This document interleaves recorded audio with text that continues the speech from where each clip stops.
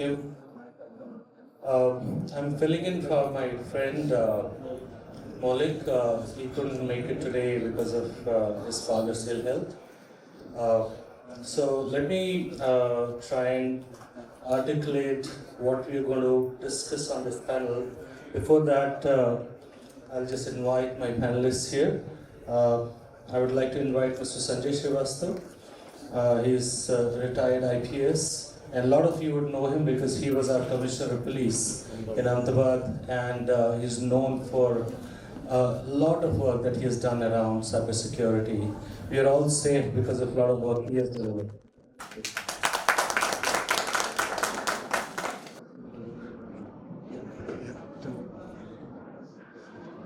Second, I would like to invite Mr. Arun Pundir. He is from Indian Army, and he is going to give a very interesting perspective of how Indian Army is securing our borders, how are they ensuring that we are doing what we're doing, thanks to them, that we do it successfully every day. Thank you so much. I'd also like to invite Mr. Sunny Vaghela. He runs an organization called TechDefence Lab Solution Private Limited. And again, I would not like to steal his thunder. He has been at the forefront of, again, providing services around cybersecurity, and had a very prominent role to play during 2611. And I'll leave that story to him because it's something that you should know. You know, a lot of people around us, tech guys, do a lot of things to ensure that our life is safe every day. So with that, I think, let me please have a seat. Let me try and put this in perspective while the presentations are getting ready for the panelists. Cybersecurity today is not one of the other technologies that we use or we touch every day. It touches us every day in one or the other form. It's a cornerstone of sustainability in our business, in our government, in our capabilities to ensure that our business delivers continuously. So cybersecurity is right in the center of our strategy in government, in businesses, and in society. I think it's very, very important. Please have a seat. Thank you so much. So I think this is the last panel, and everybody is trying to get to the awards. We have a fantastic setup there, and we're going to be really seeing the stars this evening. So let me start with Mr. Srivastava. So two questions for you, and I think there's a presentation, maybe we can just go down. While you're presenting, the experiences that you've had with cybersecurity and cyber threats during your stint as Commissioner of Police in Ahmedabad, and also there's a rising role of cyber criminals, and what are the do's and don'ts, and what are the after event mitigation and restoration activities that one should go through. Maybe you would shed some light on that. So the stage is yours. Yeah, I think we'll all go down. Very pleasant, and then we'll.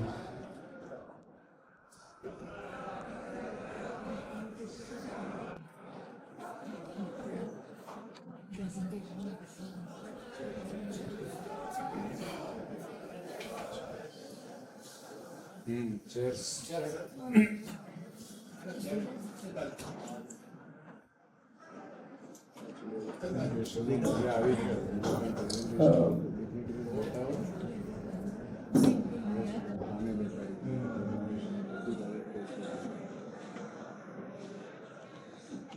I'll start by talking a little bit about the cyber security and cybercrime. So that's what is the domain of law enforcement. So that is what I can talk. Next, let's start.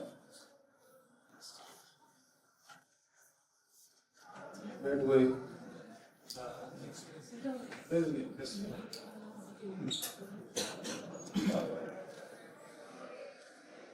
So, first of all, when we start talking about that, the first thing is about the rise of cyber threats. So how and why? That is because digitalization and the digital landscape has increased so much.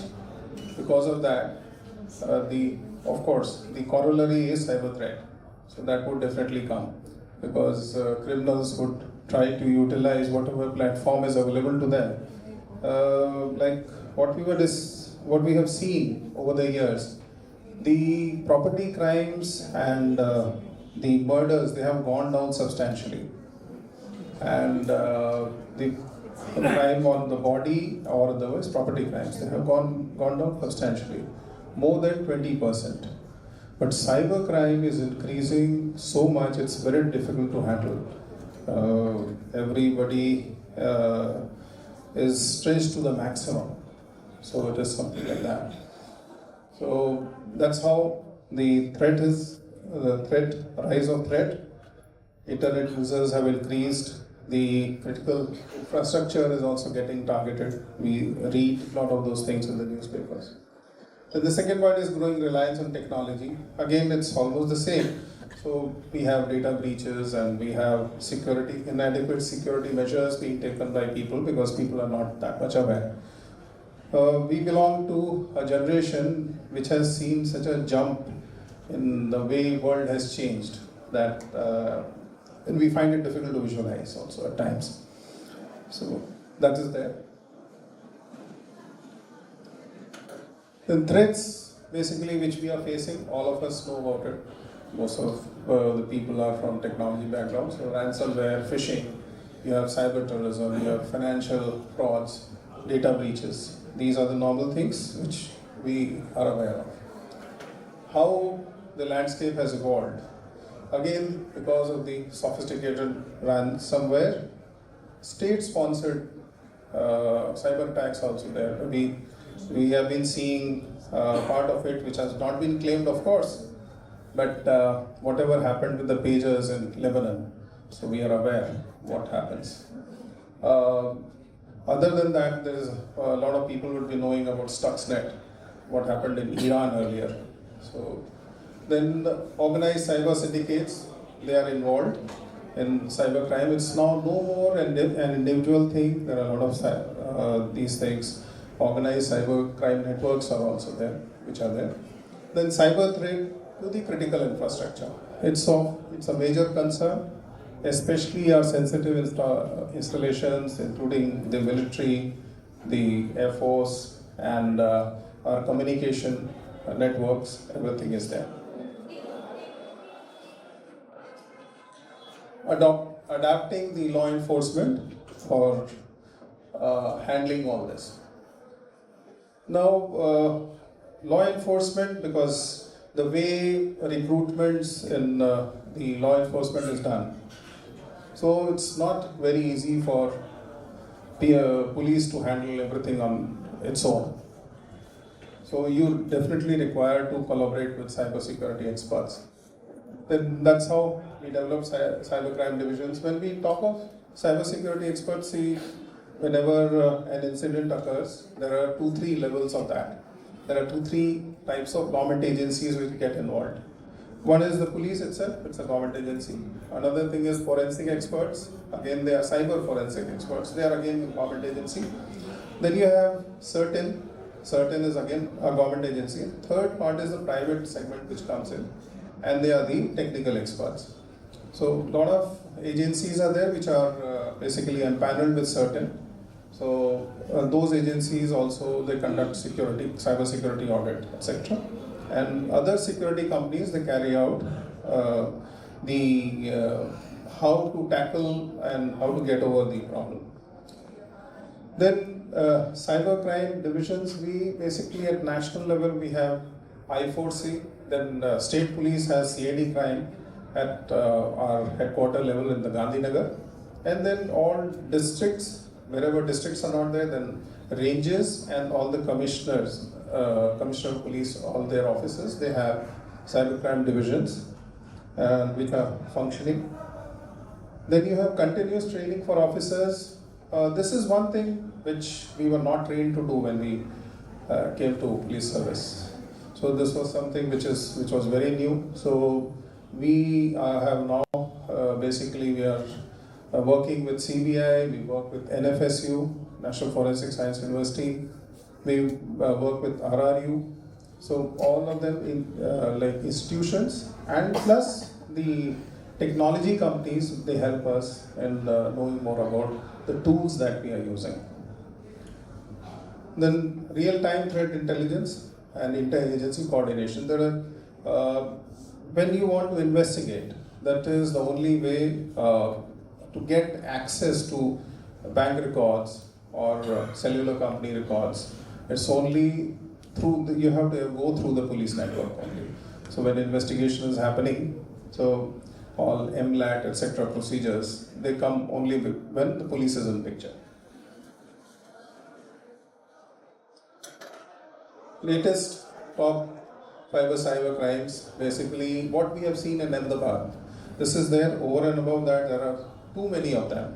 What is happening right now, when we look at the crimes which have basically got registered in Ahmedabad city, I'll just talk about that. So there is basically loan related, lot of problems are there. Honey trap, that is one part. Share and again investment. We had a fintech session just now, so that is there. Then cryptocurrency is another part where we are having a lot of cases. Digital arrest is a new thing which has come in, and these are the basic major share. Otherwise, there are so many of them. All of us would have received some FedEx call or some electricity. Some your connection there will get disconnected, your telephone is getting disconnected, everything. So all those things are there with the police.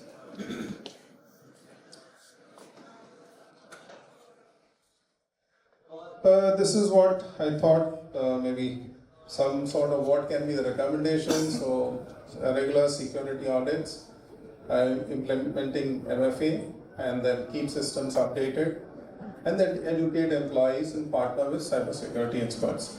Because everybody has a different role, police will play its role, the technical experts will play their own role. Preventive action, you have to take beforehand, you have to be in touch so that all your systems are up to date. Even like recently, just 3rd of October, the Union Home Minister inaugurated the Police Commissioner Office, a new Commissioner Office has come up. And we have now world-class control room over there. We have the best of technologies available, but there also what we have tried to look at, that we have tried that we also have some sort of cybersecurity audit and how we can protect ourselves from cybersecurity threat, because that is again a threat exists even on police. Everybody is can get exposed.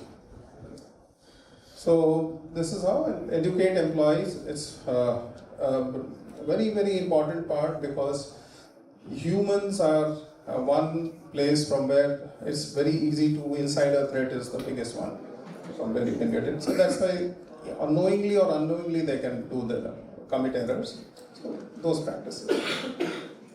So then I thought maybe have some 2-3 cases which are use cases which have happened. One is Star Health. Then what they did, they basically prepared for an attack, maybe if an attack happens.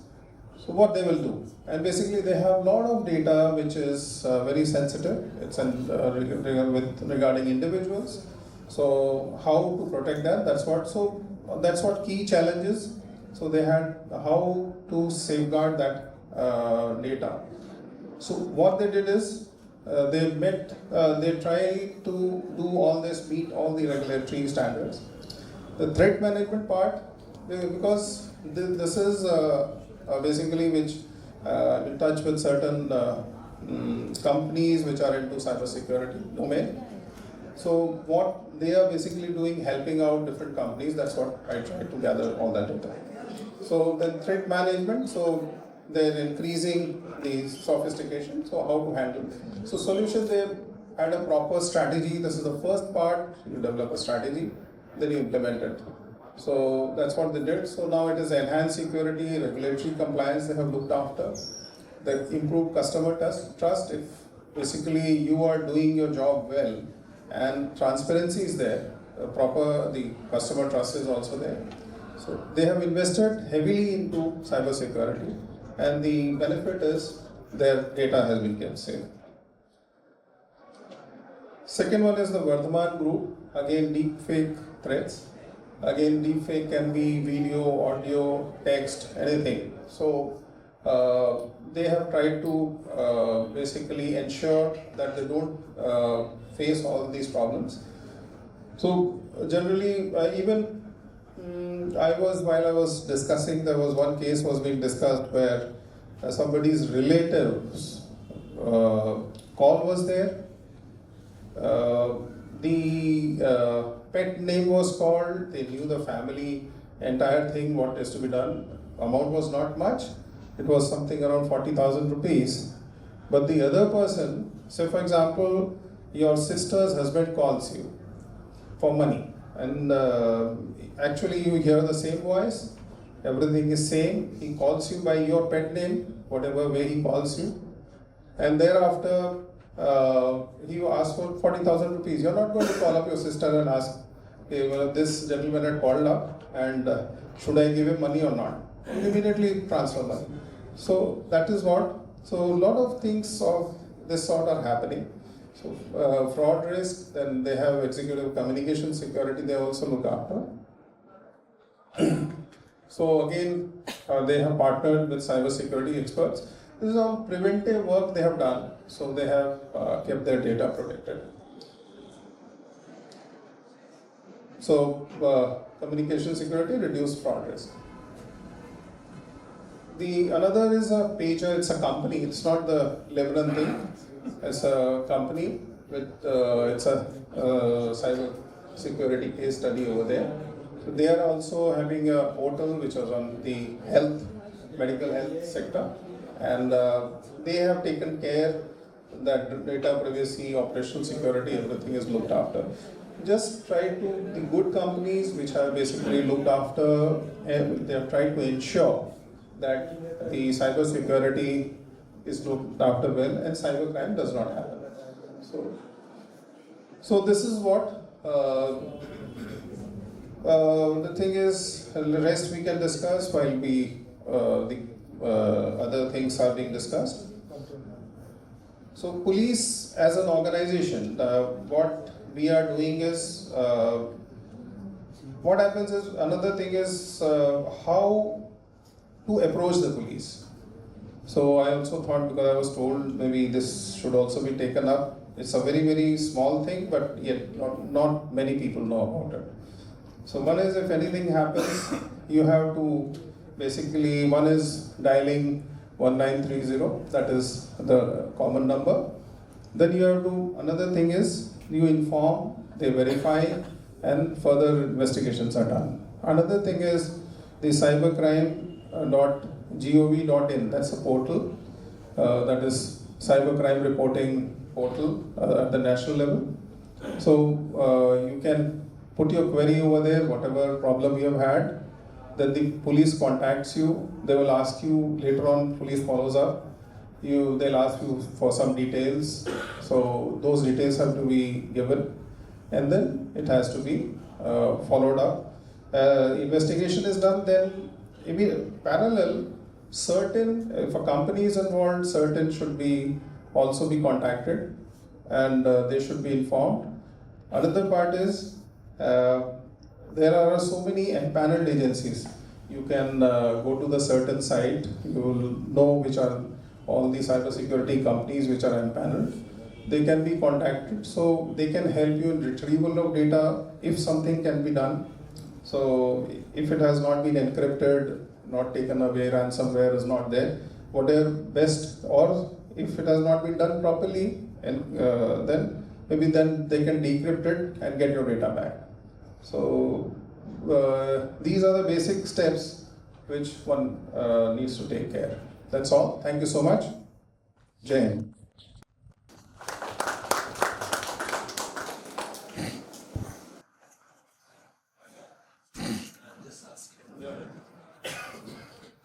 Can I, thank you so much, sir.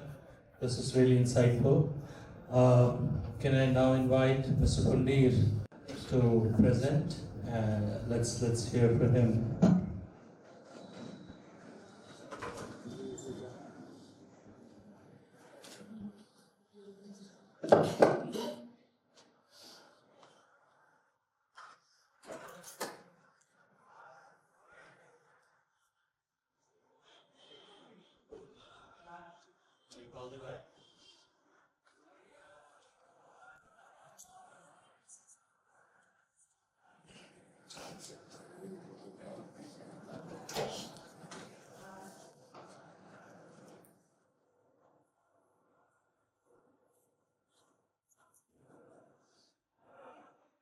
Good evening, everyone. This is Captain Arun Pundir. Can you click the hand? Good evening, everyone. This is Captain Arun Pundir. I am basically from Indian Army, and that is from Golden Qatar Division. As of now, I am working in the Army Data Networks, Cybersecurity of Indian Army. I will be covering my lecture in 3 phases.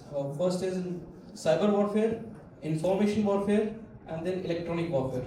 What we are facing as of now and how we are tackling this kind of warfare from the other opponent countries. So I'll be covering with examples that I am having. This is the current overview that I'll be covering. First is why cybersecurity is crucial in Army Data Network.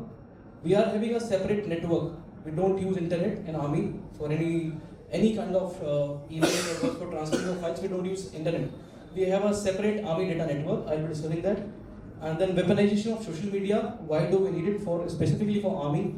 Then open source intelligence, Pakistan capabilities, and then electronic warfare. The first slide is why cybersecurity is crucial. The first one is protection of classified information.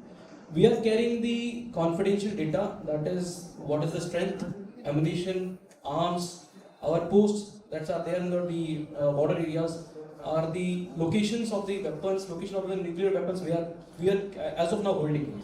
These kind of classified information that we are holding. And if enemy by any chance through cybercrimes get to know about this information, then we will be having a loss of lives. Simple. Second is securing communication networks. Whatever we will discuss in the Army, whatever we will have discussion in the Army through command to headquarter to command to brigade and battalions, we will have a secure Army line. We have a secure Army line that is IP based with firewalls. I will be discussing that also. The next is preventing cyber warfare attacks. I'll cover that, how these kind of attacks. Countering emerging cyber threats, that new kind of threats that pertaining to Army. I'm not covering the rest. I'll cover only pertaining to Army. And next is maintaining operational readiness. We should not be like we are ready to go, there's a surprise attack and we are going for operation. And we should not be surprised that our systems got hacked. In that case, we will be again losing lives. There is no other options. Only we will be losing life. We are going for a war and we found that this got happened on the systems. So to avoid this, we are currently into cyber warfare, information warfare, and electronic warfare. Cyber warfare involves the actions by a nation, state, or any international organization to attack and attempt to damage another nation's computers, information networks, just to attack the economy, political stability in the country. They will do cyber attacks. Second, cyber espionage. They will try to physically send someone to unauthorized access someone's data just for the personal sensitive data and classified nature, so that if we are getting the data, like if we are going for a war, if having already the data of our enemy, if these are the posts, these are the current strength of the enemy at this location. So in that case, I can easily win over the situation. So the data is very sensitive. Now, what is Army Data Network? Army Data Network is completely OFC based architecture in the Pan India. That is end-to-end encrypted with bulk encryption units. Even from Ahmedabad to Gandhinagar, we are having encryption units. If we are sending our data through OFCs, it is bulk encrypted, and that with the secrecy keys. We are having firewalls continuously. If anybody wants to plug in into our data, he cannot access because we are having firewalls as well as encryption devices at every point, at any endpoint. Second, what is Army Data Network? It is digitalized environment. Before that, we were working on papers only. We generally don't work on internet just to avoid the cyber attacks and everything. Now we have Army Data Network. It is automatic workflow, enhanced security, and we are shifting to e-office as well. E-office is a software that is launched by NIC. It is generally used in IAS services, but now we are implementing in Army also. But because we are having secure architecture, I'll be covering that. In Army Data Network, how we connect. If we get a new PC, we disable all the USB ports, we disable Wi-Fi's, we disable all the connections except one UTP connection that can be connected through Army Data Network. So that PC is a standalone PC, and we will be connecting that PC only to Army Data Network. Except that no other connection is allowed. No wireless connections, no internet is allowed in Army. For exchange of data, we have our own softwares, a Sigma that is works as an email that is designed by one of the signal officer only, and we have continuously every year we have cyber audits that will check the PCs. We have data exchange points. Data exchange point is something key if we want to upload any file to any PC or something, we do it through CD writers only. No USB allowed. If anyone found using USB in Army, he will be court-martialed directly. So only CD is allowed, and that to be a CD writer, a number of CD writer will be registered in the records. Only this CD writer can be used. No other CD writer is allowed. That CD writer, that CD will first go to the sanitization box. That box is basically when we sanitize the CD, then we can apply to the Army Data Network. Directly, we cannot apply. The use of USB based pen drives, flash drives, all are disabled, not allowed. Basically, he can get access to three kind of networks. If wirelessly, if we are connected, he can get the access.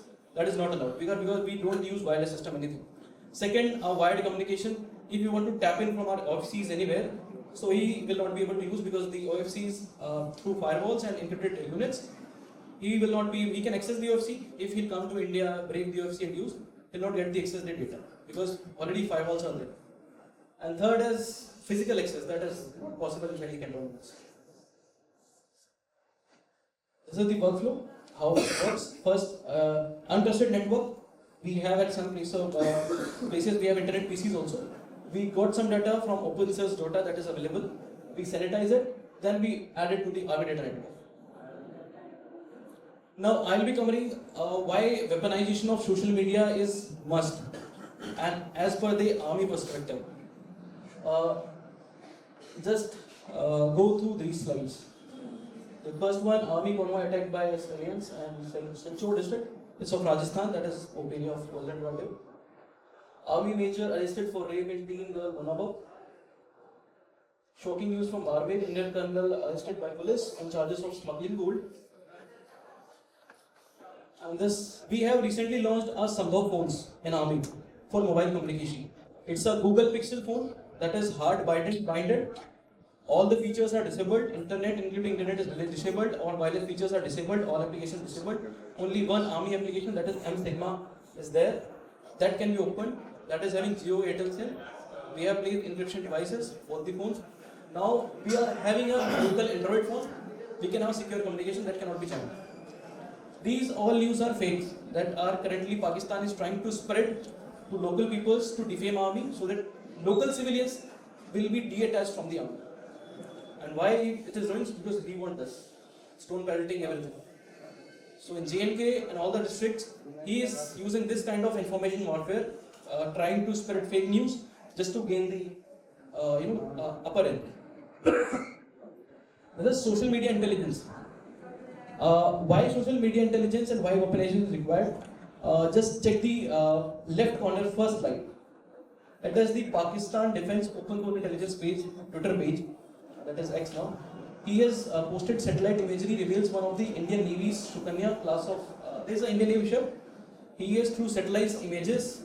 He has taken satellites using Chinese satellites to taking out the images of the this current naval ship that is there. This ship is this much of capable. He can land airplanes on that. He can take off. He taking the satellite imageries and posting publicly and checking how much built-up area is there, how much army is there. satellite images. This is second. Domino's example is this is a guy. He has started a franchise of Domino's Pizza. Whenever he gets a bulk order, he generally posted on Twitter. Yeah, I got a bulk order. Later on, it was continuous pattern, and generally when there is a conference, it was revealed that through this intelligence they are getting a something conference is going on. Something is going on. That's why they're getting bulk orders.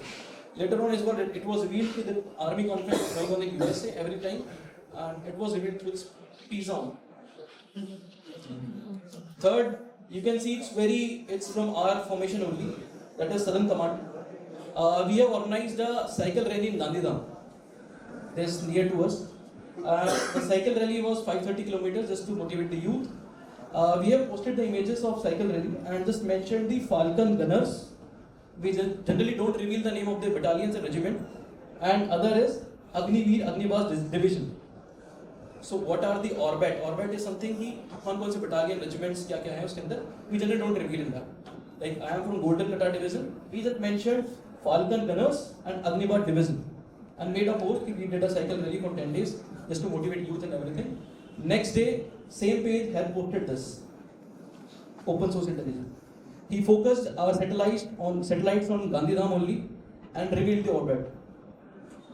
It is the current satellite images of that station. And he revealed 41 artillery division, Agnibas division, 98 artillery brigade, Falcon brigade, 79 medium regiment based in Gandhidham. He revealed. That is open source intelligence, that openly available. He is able to find. That's why social media weaponization we are working on as of now. Next, I'm taking an example of Russia, and this, I hope you know this guy. Yeah. I hope everybody is aware about Russia and Ukraine. So he's Ukraine, he's Zelensky. Yeah. So they make a deepfake video just to demoral or demotivate the troops. Українці, шановні захисники, It was spreaded in the Ukraine so that бути президентом demoral and demotivated. виявилося не так вже легко. Я змушений приймати складні рішення. To lay down arms and surrender. Спочатку These kind of я вирішив information повернути warfare, Донбас. Pakistan will also play. And we have to be ready for that. Настав час глянути правді у вічі. Не вийшло. Pakistani are openly hiring honey traps, girls for honey traps. This is the post on their Twitter page. What they generally do, they try to find out anyhow officers' contacts, numbers, then they will be honey trap. It's very clear, evident. They try to be in contact with officers or jawans and then get the information. It's continuously hiring females for this honey trap from the universities. These are the Pak this agencies: Team Eagles, Team ISF, Defenders of Pak, Team Patriot, Pak Cyber Force, Defenders of Pak, Team ISP. That is working only on cybersecurity and information warfare. These are the fake news that is Pak is trying to spread in India. This is green one is Pakistan, blue one is India, and the behind is world, that is China, Russia, and US. These are the comparison metrics. In drone technologies, Pakistan is ahead of us. It is having high quality drones then that can fly up to 4,000 kilometers with the endurance of 30 hours. So their drone can visit all India without a map. They can surveillance our area, and they are ahead of us. And why? Because they are getting assistance from China. Second, space technologies, we are ahead of them. AI and autonomous weapon system, advanced ballistic weapons. But the figure will be like this if Chinese will consistently support them. Because they are making a CPEC corridor, I hope China-Pakistan economic corridor. And because of that, it is providing continuous assistance to Pakistan for their technologies. This is the comparison metrics, USA, China, Russia. I will not focus on that. In ISR is intense surveillance and reconnaissance. It's basically the surveillance for the border post that we are holding as of now. How much troop is deployed in which post. So in ISR capabilities, as of now, Pakistan is ahead of us. EW, we are ahead of Pakistan. UAVs unarmed vehicles, aerial vehicles, and A is air defense. Like air defense, something like you can see in Israel, they are having Iron Dome to destroy missiles in the air only. We are having S-400, that is we have purchased from Russia. Now, what is electronic warfare? I will be showing the one audio clip that what we are doing on border. We have radars and jammers. We continuously trace them on the border areas. What are they speaking on radio phones as well as their normal phones? We have the capability to trace all the calls that you are also having. Airtel Jio, we can trace all the calls. Even we can listen to all the calls. There is no doubt in that. This is one of the audio clip of their radio system through they are speaking to their headquarters.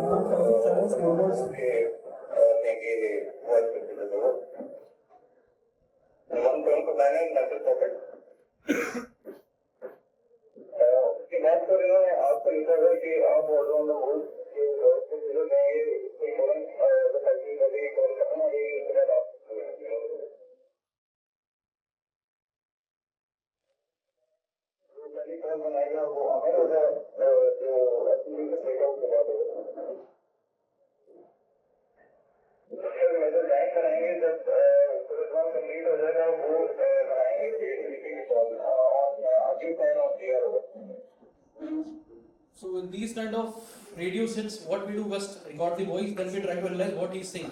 Like he has revealed his company commander name, Major Siani is operating there on that post. So then we will use OSI tools, try to find out whom is regarding this Major Siani. His number, his contacts, we'll try to like give him a calls, try to track him, try to trace him everywhere. We generally, it's also revealed 17 for Niner. That is 17 Baluch regiment is posted there. So that's how we are getting information. We can trace their calls also, ATG. I will show you that also. These are RF radars and the jammers. We can jam all the voice calls as well as all the radio calls as of now. These are Indian Army capabilities that we are operating. Basically, the signals, core of signals of Indian Army is responsible for this technical and cyber security of Indian Army.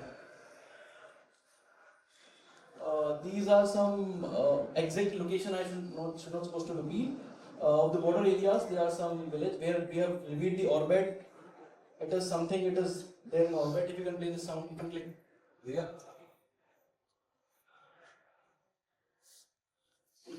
You have to click the. You have to click in this. Yes.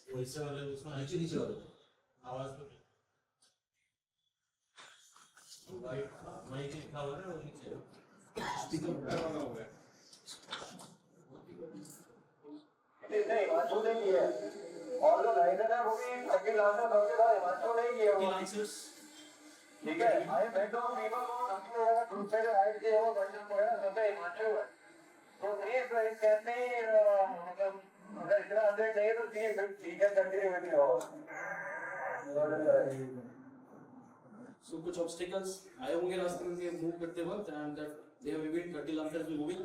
30 lancers their armored also tanks. They are mobilizing to the border areas. We go through that and कुछ obstacle we will intercept also. We jump into the radios and we will speak like we are Pakistani. Block the hold करो ऐसे. We will try to intercept them. We try to confuse them. These are lots of videos, audios. I am not going on. There are video audios how to jam signals. We jam their radios also. This is their Pakistani phone that they are able to jam. If you can click on the video there, audio game will show.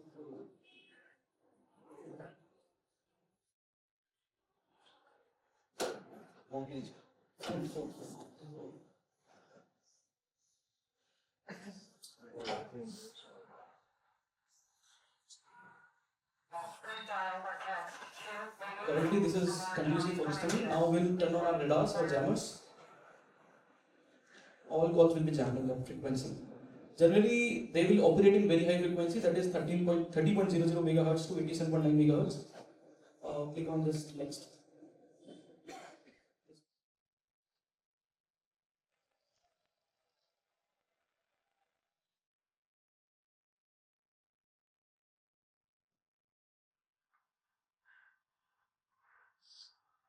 वैसे इसका Nereis Multan का airport तो लग रहा है, इसका airport भी देखा है, इसका नेरेस जो लग रहा था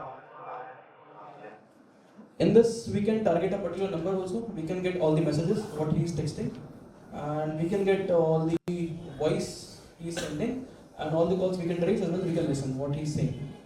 Currently, we are working on end-to-end encrypted calls like WhatsApp calls. As of now, a little bit safe rather than normal calls. As of now, we are not able to trace WhatsApp calls. We are working on that, and we are collaborating with the public-private relationships to encrypt that calls also. Sorry. These are Airtel subscribers we are targeting. Just giving the example how we target the number and then messages you can see. Khat, welcome to the. We can see all the messages. So all the 5 to 10 kilometers of the border areas, we continually trace telephones just to get the information over here.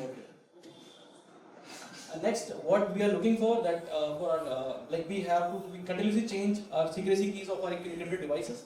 So we are now focusing on quantum computing for the implementing in the Indian Army for the cybersecurity, and cryptography for our there is a level of transferring message from through RDB data network only. The confidential message we can transfer through RDB data network, and the message that are secret and top secret that are revealing basically the architecture, defenses, post, arms, and location that we still do physically. That will be go with an armed personnel, with an officer, even cell transfer. So we don't use any social media or cyber media. And for top, that is for secret. That is for top secret messages. We have other categories, secret messages, that we use other devices. That is a Beacon Mark III. That is an encryption tool. We do first in physical encryption. We have issued books from the army. First we do physical encryption, then we do encryption through the Beacon Mark III. We continuously change the secrecy of that device, and then we transfer the data. Now we are focusing to implement crypto quantum computing in that. Now AI integration in surveillance devices, we have radars, battlefield surveillance radars. They can detect up to 5 to 10 kilometers on end. Like in a desert area, there is a huge wide range. So we already have radars, but now we are implementing AI technology radars so that it can detect a man is coming or something, a vehicle is coming, or army vehicle is coming, so it can detect and can make a beep sound or something. Next, OSI tool, we are working on it because as of now we have limited OSI tools through which we can get the data. US is having that kind of OSI tools. If you I put your number, it will give all the links from where this number is connected, your photographs, your date of birth, everything, where we registered on the net. These kind of OSI tools, as of now, we generally use Icon as a tool and other tools, but India is having lacking in this kind of tools. We are working on that tools. Now AI VR based training software simulators for the training of Jawans. We are planning for AI and VR based training software to real life like op areas, scenes we can on the VR basis, we can train them rather than directly training on the op area. Next is digitizing logistics and supply chain management and then enhancing ISR capabilities. ISR is again end-to-end surveillance and governance, just to surveillance the opponent area. That's all from my side. Jai.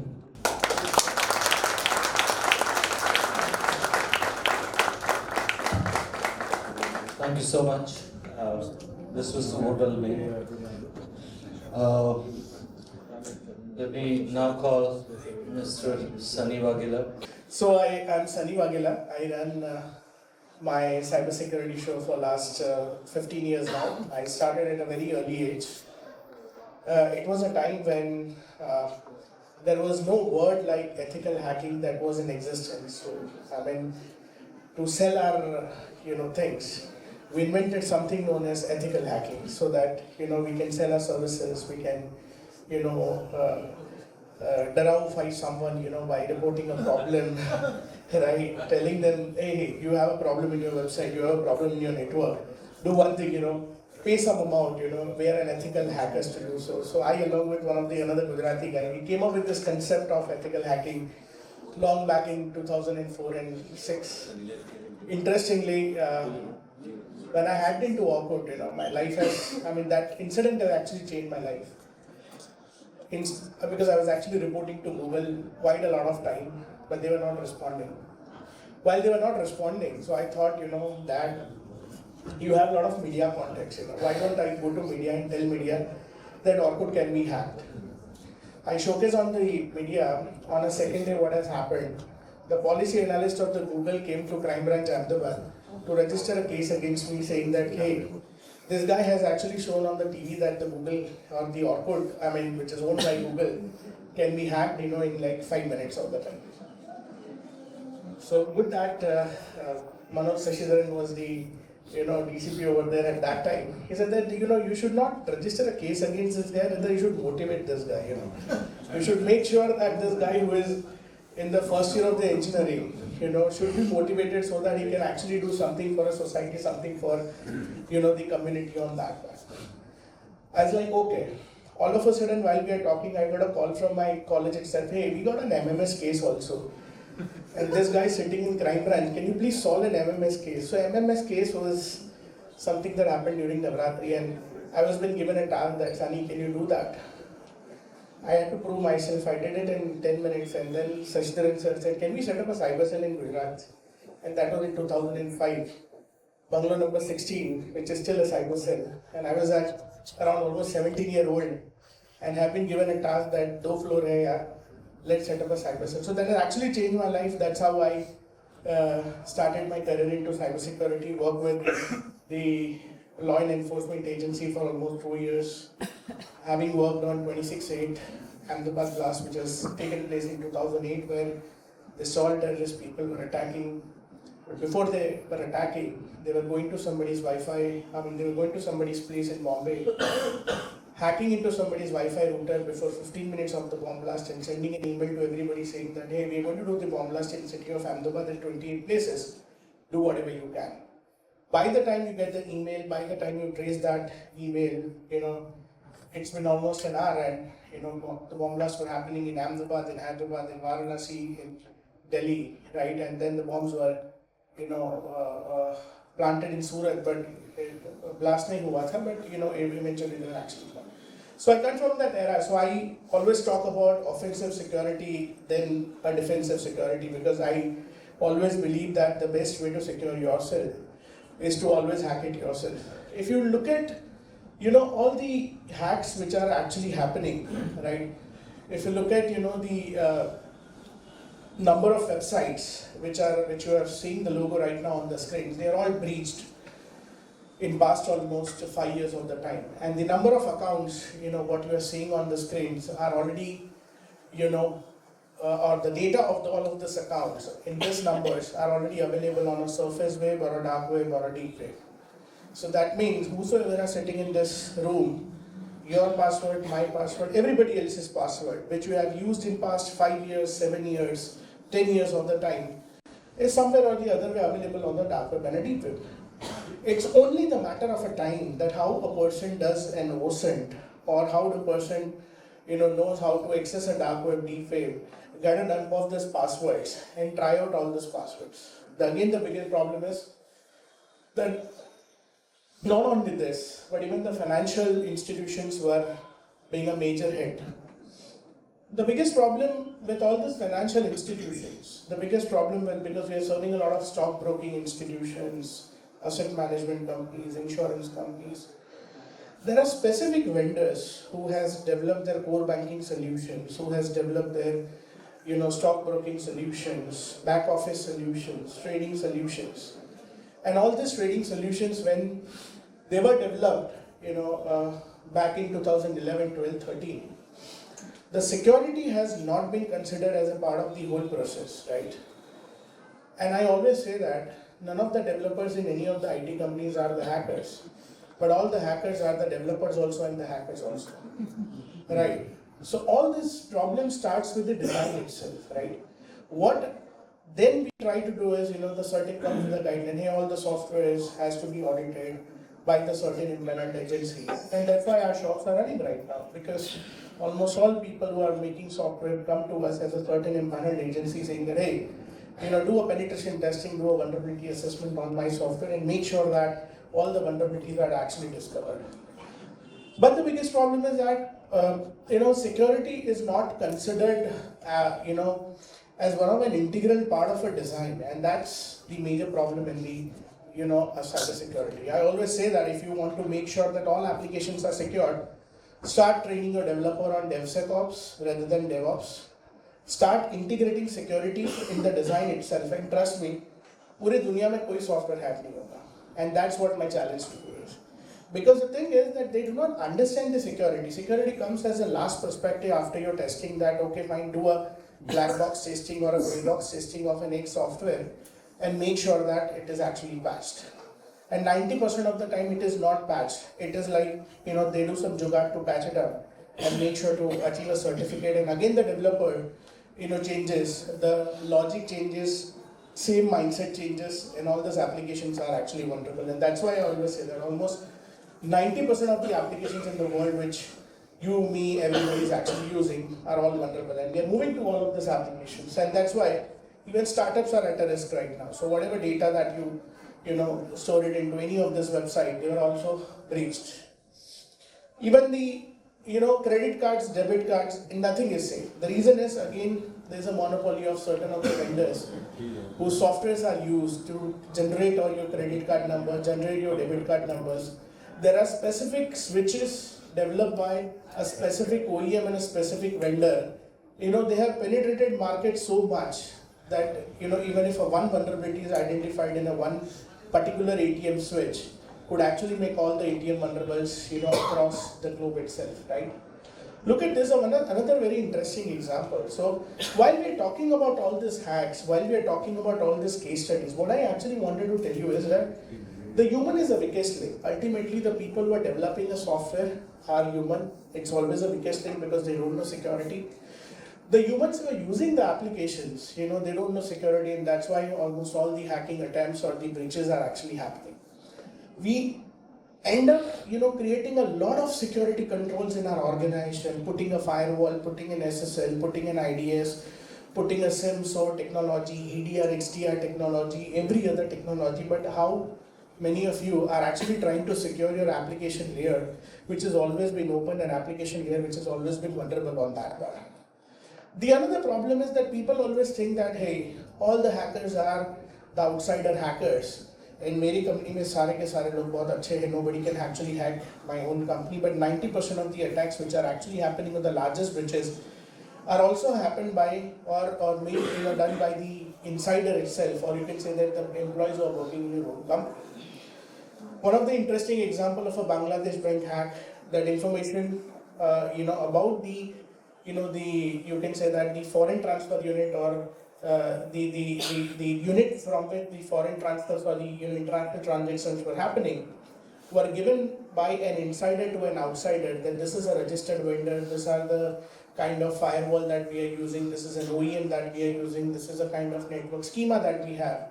And what a hacker has done, right, he has bypassed the physical security, right, of the Bangladesh bank app, went into that Swift unit. And after going to that Swift unit, he has changed the router in that particular Swift unit, changed the configuration or copied the configuration from the older router to a new router.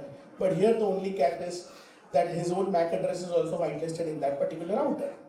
And after changing all of these things, he put a request also to an, the IT guy that, please make sure that there is a static route which is given from this router to an internet, to an external world, so that, this router actually going to work. Everything is happening in a matter of seconds, that nobody actually verified whether this vendor is actual vendor or the fake vendor, and the router is actually installed. What he has done using this particular router itself, he has actually scanned the internal network, identified some of the vulnerabilities into the systems which are connected to that router or the actual employees, found the maker ID password of the Swift system, checker ID password of the Swift system, and one of the largest bank case that happened, that was $80 million has been transferred within 15 minutes of the time. So when we are trying to secure a lot of things, when we are trying to monitor banks using SIM, SOAR, monitoring technologies, the biggest problem is that, hack can happen in a very shorter span of time. Again, an insider hacked a Cosmos bank. Some insider has given information, or somebody has called up, hey, you have this particular switch which is used by a bank. Well, no, we don't have. We don't have this, switch. We have Hitachi switch which is being used by the bank. Oh, you have a Hitachi switch? But there's a patch available for this particular switch, right? Which version do you have? The person has revealed all the information that this is a version of the switch that we have. This is, the exact thing which is, oh, you didn't patch this particular switch? So like, no, we didn't patch this switch. Okay, do one thing, we are calling from the support and we are sending you the patch. You better make a patch in that particular, switch of that ATM. And the switch is actually now vulnerable to this, and this is a very urgent patch that you need to patch it in your switch. Interestingly, the person has sent an email with a fake email ID. The IT person downloaded that patch, put that patch into an ATM switch, and now that ATM switch has become a zombie. That means it had become an attacker, was giving a direct connection to an attacker switch itself. So what the hacker has done, that hacker has actually created his own switch, started recording all the transactions. 6 months, he recorded all the transactions. He got around 16,000 debit card details. Got the machines, printed all the debit cards, went to dark web, deep web and other surface web, created website, sold each debit card in $20, and 13,000 to 14,000 cards have been sold in 7 days of the time. And when there is 13th, 14th and 15th of August, it was a long holiday. He has sent out an email to all the people who have bought the cards that the PIN number of this card is 1234, and change the configurations of that switch in such a way that the balance are not to be deducted from each individual's account, but it is to be debited from the bank's reserve account. And what has happened? The federal accounts of the bank or the reserve account of the bank has been debited by more than 94 crore rupees in 3 hours of the time. NPCI has intimated the bank, hey, what ho kya raha hai? Cosmos is a cooperative bank, and 13,000 people are traveling in 27 different countries and withdrawing amount, which is actually very suspicious. Now imagine that NPCI also came to know after almost 3 hours of the time that what 94 crore rupees ATM से चले गए हैं, 13,000 card use हो गए हैं, और cooperative bank के इतने कैसे यूजर है कि कोई अर्मेनिया में बैठा है, कोई अल्जीरिया में बैठा है, कोई यूरोप में बैठा है, and then people are start withdrawing the money from that. If you look at the Uber hack, it's a very simple hack. The person is the DevOps head of that Uber or the principal engineer of that Uber. Will start getting a message, OTP आ रहा है, OTP आ रहा है, OTP आ रहा है. उसको लगा है क्या OTP आ रहा है, तो he actually put a request in the support department, and all of a sudden he got a call stating that, hey, are you getting an OTP? We are doing some sort of a maintenance, and this OTP is required for us so that we can change your password into our privilege access management system, which is kept in the Uber itself, right? Can you do one thing? Can you please approve this OTP request, for me? The guy's password was available on dark web, deep web. He has actually used that password, send that OTP so that he can actually get an access to the VPN of that particular Uber network itself. But even the principal engineer of the Uber did not understand that, hey man, what is happening? What he has done is he has approved the OTP request after almost 20 requests, and the hacker got an access to the VPN of this particular guy. Uber, same password was working into the Slack account, entered into the Slack channel, checked all the chat messages of, the DevOps, the conversations which are happening across the Uber organization. And in one of the organizations, he found a PowerShell script, and that PowerShell script can easily connect him to the AWS account of the Uber.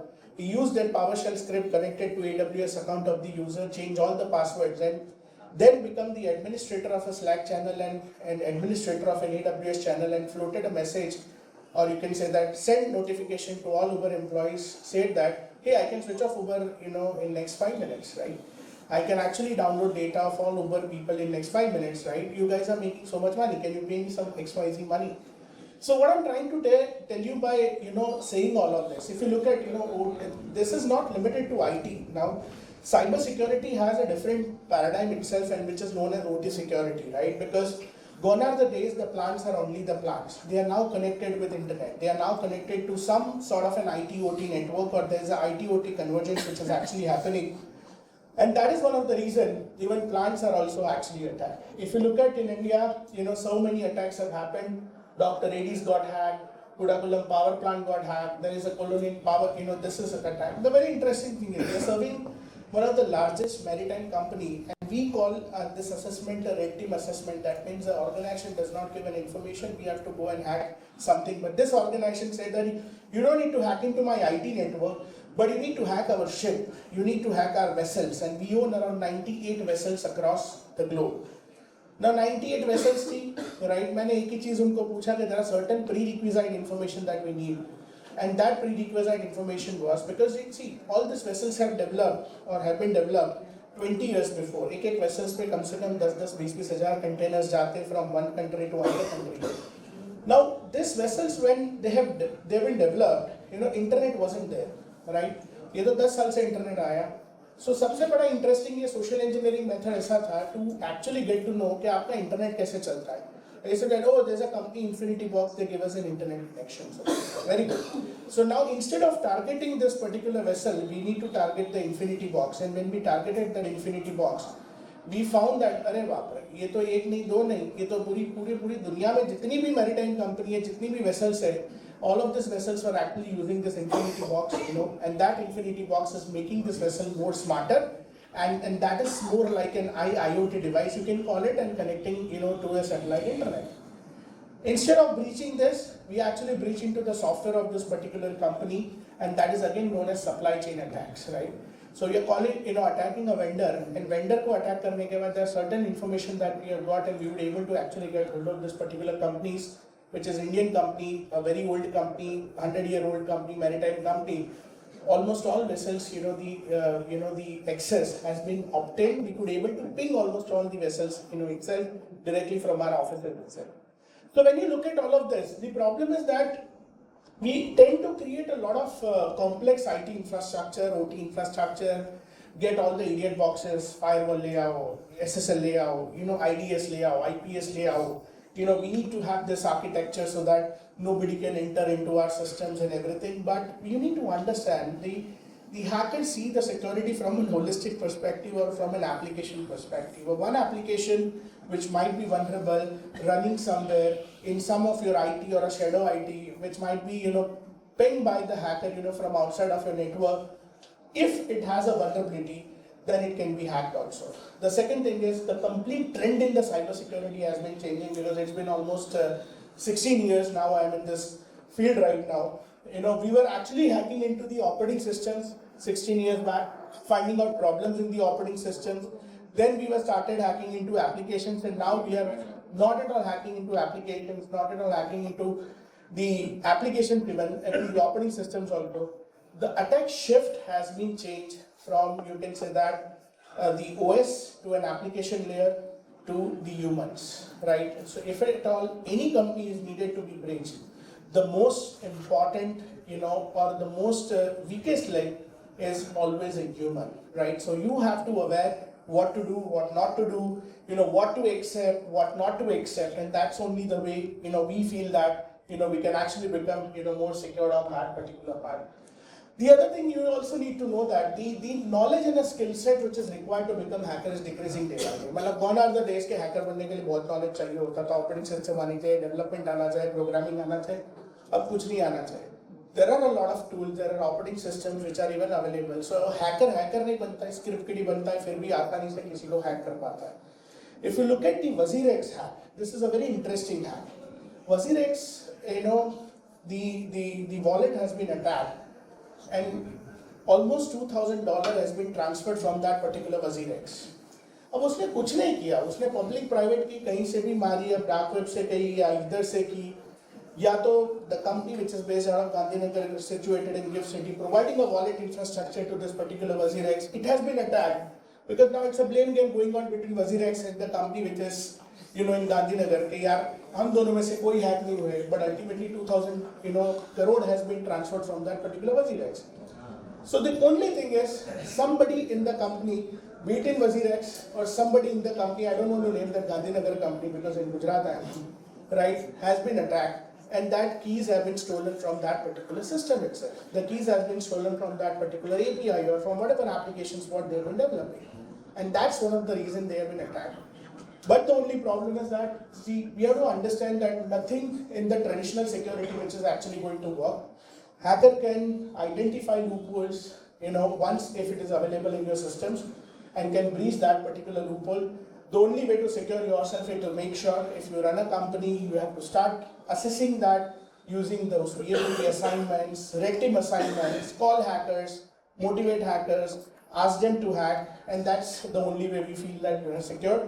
And other ways, you have to make sure that to mature your team, you have to start training them, aware, making them aware about what are the latest tools, what are the latest way you can actually get secured, and that's the only way we can secure our organization, we can secure our own self itself, right? So that's it, from my side, right? If I will be having time, I will